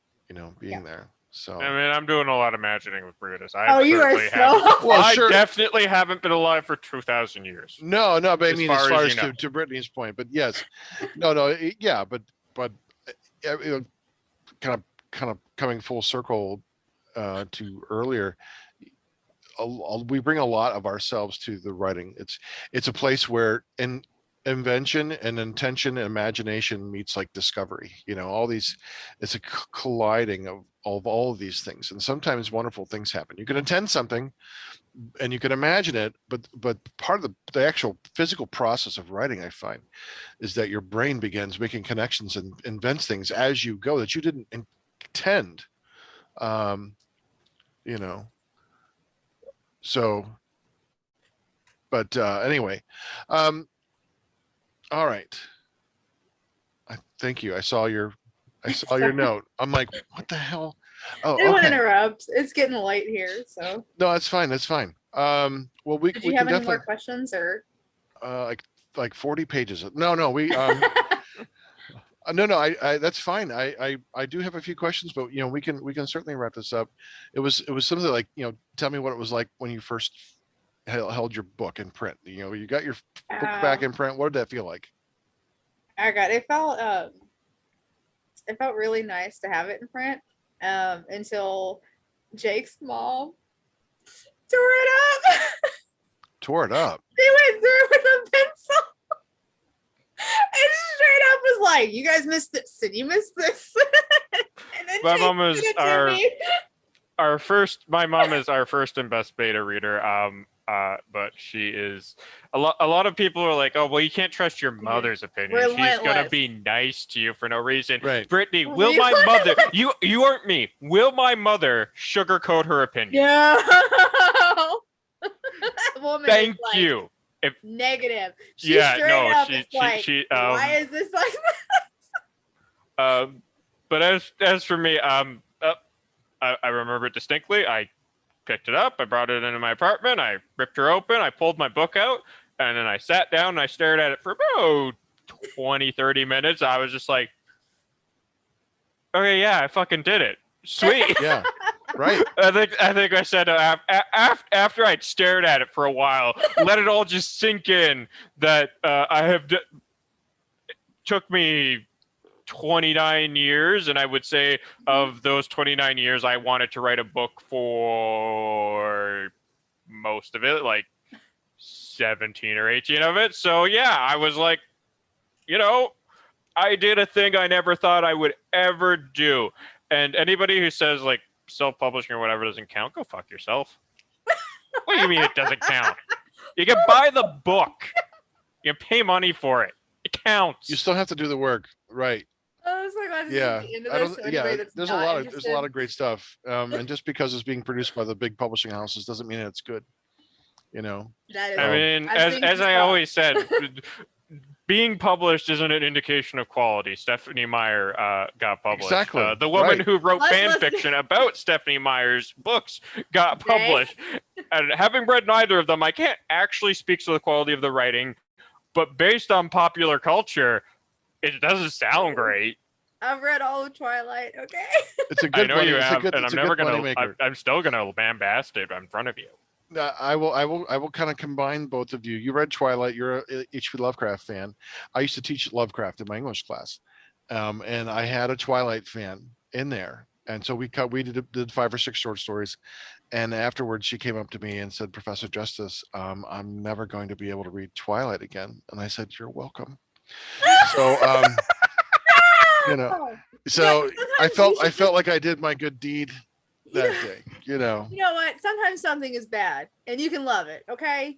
It don't I'm all matter. for Oh, yeah. cheese. It I have no doesn't problem matter. with I look, Sandy, I cheese is good. unironically sat down and watched Kung Pao Enter the Fist or That's a Enter good the movie. Fury, whatever it was, like 2 days ago, and It's so bad. it was bad in the greatest way possible. Right. There's nothing wrong with cheese and schlock. Yeah. My movies are like that way. So, I totally get it. I can admire it all, So last question.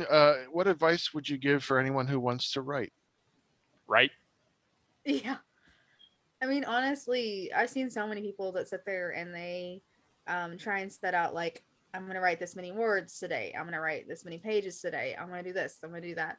That doesn't work for me. I can't sit down and I can sit down and force myself to do something. I actually wrote a short story that I submitted for an anthology, and I wrote it in a day and shot it off and sent it in. But it's so difficult sometimes to do it by yourself. I couldn't do it. I didn't manage to finish my short story. I started one and I did not finish, and I if you have, my advice is, if you have trouble finding that inspiration within yourself, is maybe to just seek it out in others. The reason that this has worked out is because of that going back and forth of having that soundboard, because Yeah, and you don't Great have to post. write to get published. You can write for yourself. Right. Yeah. Ultimately, you have to. Ultimately, you have to make yourself happy. And if that's that fine, good. would actually be my advice. Beside the pithy right, stealing that from whoever said it. But like my advice to all writers, regardless of why you're writing, is write what you want to read. You see that? Or especially- even the weird. I'm sorry, Brittany. Go ahead. You're good. I was gonna say, finishing that up. Like when Jake posts and he tells me he posted and stuff, I get excited. Sometimes, like not all the time. Sometimes we're just doing like dull things, but it's exciting to me because I come back to something new. I come back to somebody who's done something else, who's done something that I can respond to, and that makes it exciting for me, and that's what keeps me going in it. But if you're really interested in doing it like yourself, like you said, just write, just put down whatever you want. You don't have to write. And do it whenever. You've got a phone. Your phone, you can open up Google Docs on your phone and you can write into that. I know it's a pain in the ass to type on your freaking phone, but that is an excuse you are giving yourself to get out of writing. If you've got a couple of minutes and you've got the desire to write, don't look for the excuse not to. Just pull out your phone or a pad and paper, whatever, however you like it. Just do it. Yeah. That's the best thing. And like I've sent Jake some things. I've got kind of a trilogy that I started with somebody else who dropped out that was halfway through it. Like we were first through like what would be the first 1.5 books of it.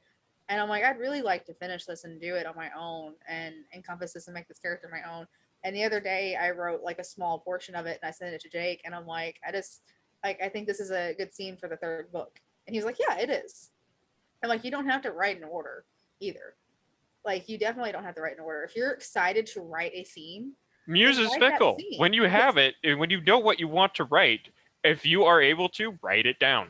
Yeah, like if you are excited about a scene, that's the scene you should write right then. Because that's going to be the time whenever, like, that was the funny thing. When I submitted the short story, the pieces that got picked apart the most were the parts that I was just writing to finish it. And the parts that got left alone were the parts that I was excited to write that part because that's what came to me first. So I'm like, write what you're excited about, write what you're excited about and when you're excited about it. Like, don't wait. Like, if you really want to do the scene and it's just so exciting and you're ready to do it, do it. It don't matter if it's at the end, just do it. So. All right. Well, thank you. That's great. I think that's good advice all around, and sometimes you can write. I think it's always important to write what you want. It makes you happy. You don't even have to, to your point, Jake, write necessarily what you want to read. Sometimes, like my first book, I never would have written it. I'm not a cozy mystery like reader. It was the movie idea that turned into a book, and I had to learn about the genre before I wrote to it because I wanted to make sure I was doing it correctly. But I'd never written a novel, and most of my short stuff is all horror. So it was like a wild swing to write into this very kind of very sweet box. But I get what you mean because my next book, Gage Black, that was the first time I felt free as a writer. And to be clear, when I say write what do you want to read, it goes a little bit more in depth. It's not just, it doesn't even refer specifically to genre, because I will write any genre. I'll go, like, I have written nonfiction, historical, whatever, blah, blah, blah. Like, I will jump between genres because when I say write what you want to read, I don't mean stick to only one genre, because write what you want to write as well. And if you want to chase a different genre, do it. When I say write what you want to read, I mean write with the details that you want to read. If you like certain details, if you like that's how you develop your own style, your own prose, is write the stuff that when you read a book sticks with you. Write that stuff into your book. Make sure to get those details. Make sure that, and like, if you like find the things that make your, like, the stuff that you like in other books, people who like that stuff will like it in your book as well. That's the thing, like people are so worried about repeating something. And I'm like, dude, I read a lot of romance, let's be honest. But like I read a lot of enemies to lovers stories. They're gonna have the same tropes, they're gonna have the same things. I enjoy those tropes. I like that. I like that storytelling. I like the way that works. You can write something almost exactly like something else, but write it in your own way, and it will be interesting and it will be unique to you. and it doesn't matter if it's been done before. Formula and genre are comforting for those reasons because they're reliable. Yeah, You know, there's nothing new under and the sun. every story is a variation on another story. Yeah, Whether it's an archetype or whether it's Campbellian, you know, with a hero's journey or whatever it is, there are only so many stories to tell. And right, you have to just tell something in the way you want to say it. So I completely get that. So, but I know we are out of time. The last thing I want to say is no, it's okay. You're just ruined everything, Brittany. No, I'm just kidding. Just teasing. No, we've been talking for 2 hours, so that's fantastic. Where can people get your books? Oh, golly. Amazon is basically the only retailer we have now. We do have You can website. we have a website, mossandwolf.com. I haven't updated the recent second edition of the first book yet. It's on my to-do list, but So if you really want a Kindle copy of the original, which has some typos and doesn't have the prologue, be our guest. You'll order it on mossandwolf.com. Yeah, but there We'll are fix it. links to Yeah. Amazoning like through there as well, so you can get Right. it. So you can get the paperback copy. Yeah, And they can send hardcover. copies to you, and you can autograph them. Yeah, hardcover, I will do and that. paperback. Wonderful. I will. autograph If somebody things. wants to ship something to me, I will not give them my home address because you are a stranger. All right. We'll It I find. don't depends have a on PO who- box, so that's. I'm working on a solution to that. I've talked to Jake about it before because we're in different countries. It's so Sure. difficult to ship back and forth. But looking into doing Just something like me okay, signing like a bunch of cards and then sending. That's it what I was over. saying. You could make you can get small cards printed out, and we're gonna and do, both like, of you something sign on it. cardstock that has like Yeah. a little introduction thing. Yeah. And then I think how we're gonna plan on doing it is like if it's signed by me initially, like if it's coming from me, my signature will be on like the left hand side, or and if it's coming from Jake, like if he signed it first, then his signature will be on the left hand side. So like if you're in Canada, you'll see it coming from Jake because it's obviously gonna be cheaper for him to ship, or if you're in America, it'll be coming from me, so it'll be easier for me to ship, and you'll be able to differentiate like who it came from. And I think that'll just be kind of like a fun little thing to be like, this is different. It's like Pokemon. You gotta collect them all. Right. I gotta have both. You gotta Let's- message I gotta both. have. Right. I gotta have them all. Well, So, both of our signatures will be on there. It'll just be like who signed it first, because I will send Jake a bunch of the cardstock where my name is on the right hand side, sure. and then I'll have him send me back a copy where his name is on the right hand side. Okay. So I think it'd just be interesting. Yeah, it's a great solution. Oh, I want to thank you both. Thank you, Brittany. Thank you, Jake, for being on the show tonight. I really had a great time getting to know you both more, and to learning about your fascinating process of writing as a team and D&D. This has been thoroughly enjoyable for me. I hope you've had a good time as well. Thank you, Mark. My pleasure. I had a wonderful time, and to answer, as I'm sure some people are curious, yes, ADD. That's probably why I was fidgeting the entire time. Oh, I wasn't really noticing I did. that. So, all right. Well, hey, you've been watching. I know. I'm sure the people watching the video did. You've been watching and We're gonna listening. go back. Let him do his outro. I'm trying to do my outro. God damn it! You're the one who said I gotta leave. You won't let. She does this. Kind of cut this short. I'm My done. I'm life's done. on the hold here, trying to promote this book. Let me say my thing and get the hell out of here. You've been watching and listening to Between the Lines. You're watching us on our YouTube page. Eventually, you'll be hearing us on unsaneradio.com. If you're a writer and would like to join me for a chat, email me at betweenthelines54@yahoo.com. That's betweenthelines54@yahoo.com. And here's my cheesy outro. See you next time, Between the Lines. Fantastic. Yes. Love Yeah. it. Love I it.